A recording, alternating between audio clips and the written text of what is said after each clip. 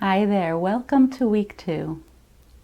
In your first week, we laid the groundwork for the changes you're going to be making at the cellular and the behavioral level by learning how to take control of your breathing in order to balance and regulate your autonomic nervous system and to regulate stress. And I shared with you how the benefits of just those practices can be really far-reaching. People at peak performance practice paced breathing to optimize their ability to perform at sports or at high-pressured business settings. And having a regulated nervous system can really undo the effects of chronic stress on your health and your well-being. So even though the practices seem pretty simple, you can see how valuable they can be. But let's face it, we know that what gets in a lot of people's ways in life is that they don't do the simple things that could make life better. But this, breathing, when you're breathing anyway, to me it's too simple not to practice. So today, while I introduce a new topic, I'd like you to be practicing your breathing. You don't have to be focused on it because in real life you're working toward breathing fully, naturally, and healthfully all the time, not just when you focus on it. You want to eventually get to a level that we call unconscious competence, when it's a habit, or in the language we're using in this program, a strong neural pathway in the body. So while I talk to you today, make yourself comfortable, either lying down or sitting, eyes opened or closed, either is fine, and practice breathing fully and effortlessly. Eventually it'll be effortless, even if it isn't yet, while I chat with you. Take a moment and check in and see if you're feeling tense anywhere and let it go. Take a couple of conscious breaths to begin this practice. And I've been speaking to you about neuroplasticity, how our nervous systems are constantly wiring and rewiring themselves. Whatever we practice or repeat gets wired in, and over time become strongly established neural pathways that dictate our responses, our behavior patterns, and even our health and emotions. And the more we practice stuff, the stronger the connection. And unused connections, the stuff that we don't regularly do, we learned withers away.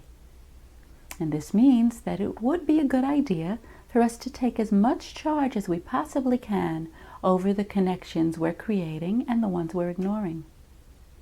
But we don't wire all things in the same way or as easily. We're kind of hardwired for negativity. We build negative neural pathways much more easily, and they are much more durable than positive neural pathways. And I'm talking about negative and positive emotions here. And when you think about that from an evolutionary standpoint, it makes sense. It's more important to be tuned in to be able to respond to danger, because negative events can kill you. We are wired not to miss them and to always be on guard for them. And if a negative event happens to us, we immediately create a durable neural circuit to make sure that that doesn't happen again. If we miss danger, we can die. On the other hand, if we perceive danger where it isn't, we just have anxiety, but we survive. And that's kind of the state that many of us live in chronically. It's not your fault, it's your wiring. Rick Hansen, a psychologist at the forefront of applied neuroscience, says that the brain is like Velcro for negativity, but Teflon for positivity. And this is called our negativity bias. Unfortunately, staying negative all the time is not really helpful for us. Since whatever we hold our attention to gets wired into us, we actually have to work harder in order to wire in positive stuff. You need lots of positivity to counteract even a little bit of negativity. Think about the last time someone said something critical to you. You probably remembered it for ages, while all the other more positive interactions you had may have just drifted off into Never Never Land.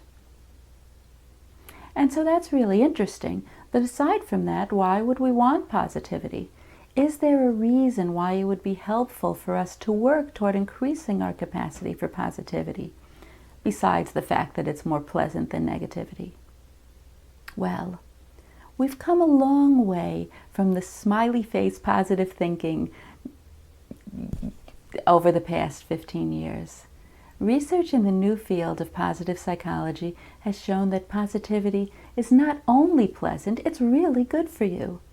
Positive emotions improve and enhance creativity. They help us see the big picture. They improve our relationships. They make us more resilient and persistent, and they can even improve our health and our immune function. Positivity is associated with longer life. Whereas negative emotions kind of close us down, inhibit us, and limit our behavior, positive emotions open us up to be more resourceful. And positive emotions can undo the impact of negative emotions. And they can build up our emotional resources over time, kind of giving us a positivity cushion. And the result is increased well-being, resilience, persistence, meaning, success, productivity, happiness, health, and even longevity. Positive emotions are even helpful for willpower, and they make us more resilient. Resilient people are people who grow after a crisis. And that was the short list. Behavioral and neuroscientific research is clearly revealing that by developing positivity skills, such as gratitude and optimism, we can actually change our brains to overcome that biological but no longer necessary predisposition toward negativity. Understanding the adaptiveness of negativity and the potential benefits of positivity, I think of it this way. We need both. Negativity can save your life, but positivity is what can improve it. If we want to gain the benefits of positivity, and if you're participating in this program, obviously you do, because it really will help you thrive and succeed, we need to put a little effort into getting more positive. Remember what I just mentioned. From what we know about neuroplasticity, what we practice gets wired into our nervous systems. But we're already handicapped in our positivity wiring department, so we need to put some conscious effort into building our positivity so we can gain all those benefits. Take a moment. Are you still breathing fully and naturally? Just check in and bring yourself back to your breathing while I continue talking to you about positivity. Barbara Fredrickson, a top researcher in positivity, has found that in order to thrive, we should be experiencing 3 times as many positive emotions as negative ones. So over the next few weeks, I'm going to scatter some sunshine on your positivity and show you some practical, simple, and enjoyable ways to increase your positivity. And today I'm going to talk to you about gratitude, about being appreciative or thankful. And there's a lot of research into gratitude. It's one of the more studied positive emotions. And the research shows that having a grateful stance in life helps us improve our self-worth, to boost our energy and resilience, to boost vitality, to push out negative emotions. And it helps keep us from being self-absorbed, something that is not helpful in the thriving department. Robert Emmons, who is one of the main authorities on gratitude, says that gratitude is medicine without side effects. And I experienced that same medicine in my own life, and it was transformative. When my son was about 8 years old, he was going through a difficult time in his life. He was having trouble going to sleep at night, and he was having some fears. Wanting to help him, I decided that we should have a nighttime ritual that went beyond the endless story reading and stuffed animal kissing that we did. Now, this was before my involvement in positive psychology, so I hadn't read much about the power of gratitude, but I thought it would be nice if each night before he went to bed we shared 5 good things that went on during the day. They could be good things that happened to us, things we were grateful for, or giggles, things that made us laugh. And I called the practice G's. And it was probably my greatest parenting achievement. We did G's every night until he was about 12 years old and too old to have his mommy tucking him in at night. And they quickly helped him to go to bed with a smile on his face. I'm not kidding. They completely eliminated his nighttime fears. And they changed me too. all of a sudden I found myself noticing things that were good more than I had in the past. I was kind of on the lookout for positive things. And over time, but not a lot of time, a few weeks maybe, I began to feel more gracious about life. My outlook became sunnier in general, and I felt more hopeful and enthusiastic. Now, soon after, I learned about the benefits, but I'm glad I experienced them myself first, because probably I would have just known about them if I had been taught about them, but not done anything about them. The way we so often don't do what we know we should do. For me, I sustained the gratitude practice for those years with my son, and after he stopped, I stopped. And maybe over the course of 6 months to a year, I think my enthusiasm and my optimism, my hopefulness started to slide. And when I realized this and started doing it again on my own, the benefits quickly came back, like it was in muscle memory or something, like it was like when they say you can't forget how to ride a bike. But my son, maybe because we did this when he was young, he seemed to really get it in his bones. He's a truly positive guy. He doesn't really understand the work that I do because it's hard for him to understand not being positive, enthusiastic, and hopeful. So that was my experience. He's still breathing?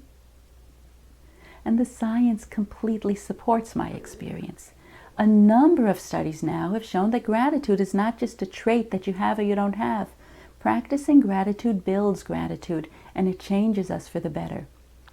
Gratitude increases self-worth, which is feeling good about yourself. It decreases negative social comparison, which is like poison for positivity. And gratitude pushes out negative emotions. It's easy to do. Now, I think that gratitude practices have become so popular in recent years because they do have such quick and tangible benefits. Gratitude practice seems to offer positive psychology's greatest bang for your buck, and that's why I've included it in this program. So what I'm going to ask for you to do is to practice incorporating some gratitude into your life.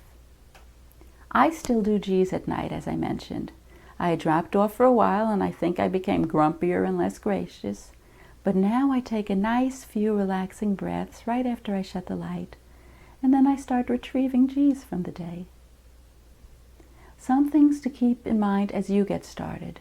I mentioned that this is a 15-minute-a-day program, and that 15 minutes is for these formal exercises and talks. But in order for you to make the most of this program, you should be integrating these practices into your life. Just like you've been adding water into your life, now I want you to add gratitude into your life. It's not going to take an extra moment from you. When you do your gratitude exercises, keep in mind that you should do it even when you aren't really feeling it. Not just when you're feeling great and flooded with positive things to reflect on. I suspect that the benefits are even stronger when you make yourself notice something positive even when you're not feeling great. You can look for silver linings in the clouds. And you can practice gratitude alone or with a partner or even with your family if you spend time together. It's a pleasure to share in other people's little joys and victories. And when you note your G's, spend a few moments thinking about them. Don't just recall them robotically. And look for new ones. Don't just repeat the same list every day. You could get used to it and it could lose its power. Really plumb your day for the positive nuggets. Even on the worst day, something good happened, or there's something positive in your world and your life, and you could take a moment to acknowledge it. And consciously bask in those good things for a few minutes. Don't just rattle them off. We're working to overcome our negativity bias. Maybe smile when you're doing your G's, because smiling can increase positivity. It isn't just the result of positivity. And if doing the nighttime G thing doesn't do it for you, you can keep a gratitude journal or create a gratitude collage if you're crafty, which I'm not, and you could look at it every day. The important thing is that you create a gratitude ritual so that you do it, so that it can become a habit and you start to build that neural circuitry. So find a way to build a few moments of gratitude into your life every day. It's one of the most enjoyable and effortless pathways of change that you can embark upon. So let's close today with a few nice last full breaths.